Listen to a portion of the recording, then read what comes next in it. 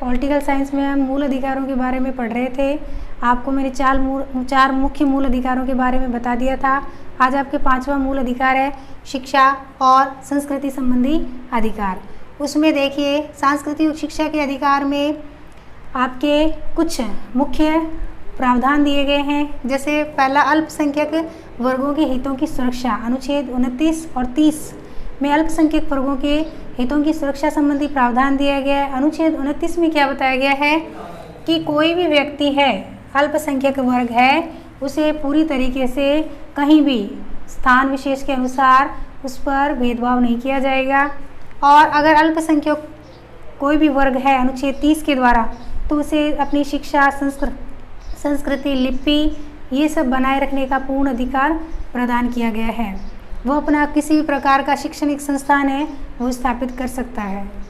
फिर आपके जो छठा मूल अधिकार है संवैधानिक उपचारों का अधिकार। इसके तहत क्या बताया गया, देखिए संवैधानिक उपचारों का अधिकार है, उसमें अगर हम सभी 5 अधिकारों का कहीं भी हनन होता है तो छठा संवैधानिक उपचारों के अधिकार के तहत हम न्यायालय की शरण है वो ले सकते हैं। इस अधिकार के तहत है वो न्यायालय की शरण ली जा सकती है।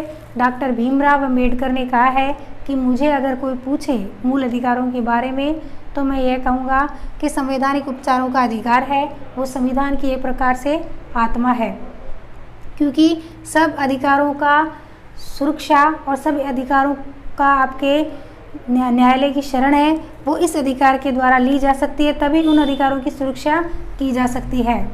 इस अधिकार के संबंध में देखिए कुछ जैसे बंदी प्रत्यक्षीकरण लेख, यह आदेश वह व्यक्ति प्रार्थना पत्र जारी कर सकता है, वह व्यक्ति प्रार्थना पत्र दे सकता है जिसे यह पता नहीं हो कि उसे किस आधार पर बंदी बनाया गया है, तो अपने बंदी बनाए जाने के कारणों को जानने के लिए प्रार्थना पत्र है वो दे सकता है। दूसरा है आपके परमादेश।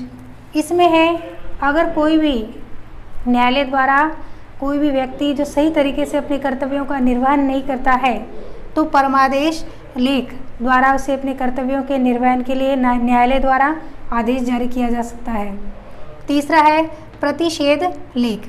इसमें अगर कोई भी न्यायालय अधीनस्थ न्यायालयों को यह आदेश जारी कर सकता है कि वह विवाद उसके कार्यक्षेत्र से बाहर है तो उस विवाद को अपने न्यायालय में न ले।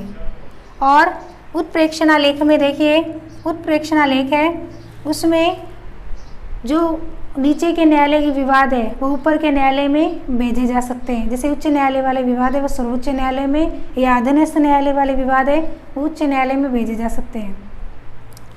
अधिकार प्रच्छा।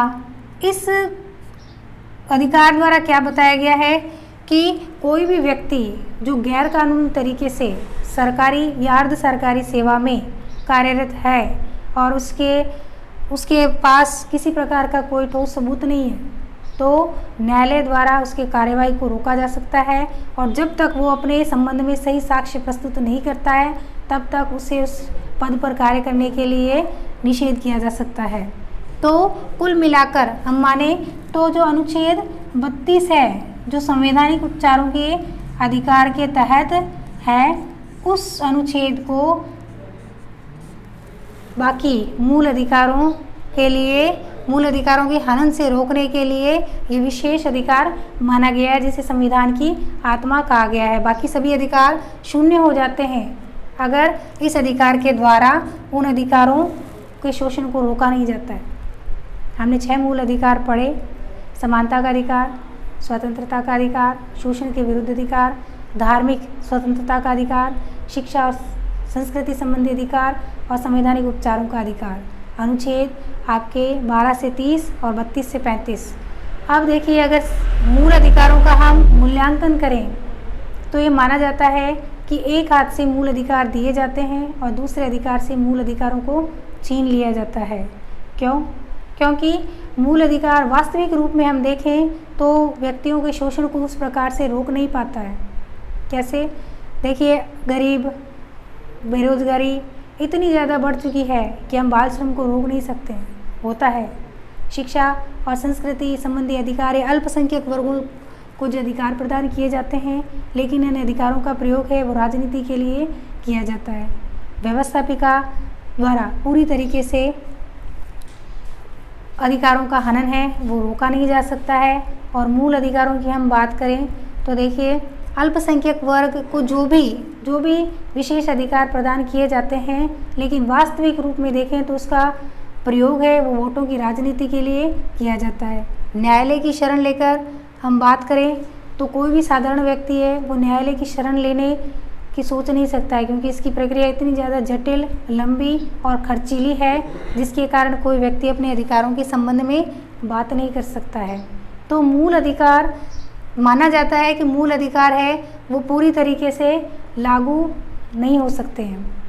और जैसे शांतिकाल, आपातकाल के समय मूल अधिकारों को स्थगित किया जाना एक प्रकार से न्यायोचित है, लेकिन अगर शांतिकाल के समय भी मूल अधिकारों को रोका जाता है तो वह भारतीय नागरिकों के हितों का एक प्रकार से संरक्षण नहीं प्रदान करने वाला होता है। तो जो 6 मूल अधिकार आपने पढ़े हैं व्यक्तियों के लिए लागू किए गए, उनको संरक्षण प्रदान किया जाता है, लेकिन कहीं ना कहीं इन अधिकारों का है वो शोषण होता है। और न्यायालय की प्रक्रिया है वो इतनी ज़्यादा जटिल, खर्चीली होने के कारण हर व्यक्ति न्यायालय की शरण है वो नहीं ले सकता है। अब आपके जो नेक्स्ट टॉपिक है वो है नीति निदेशक तत्व, वो नेक्स्ट क्लास में पढ़ेंगे।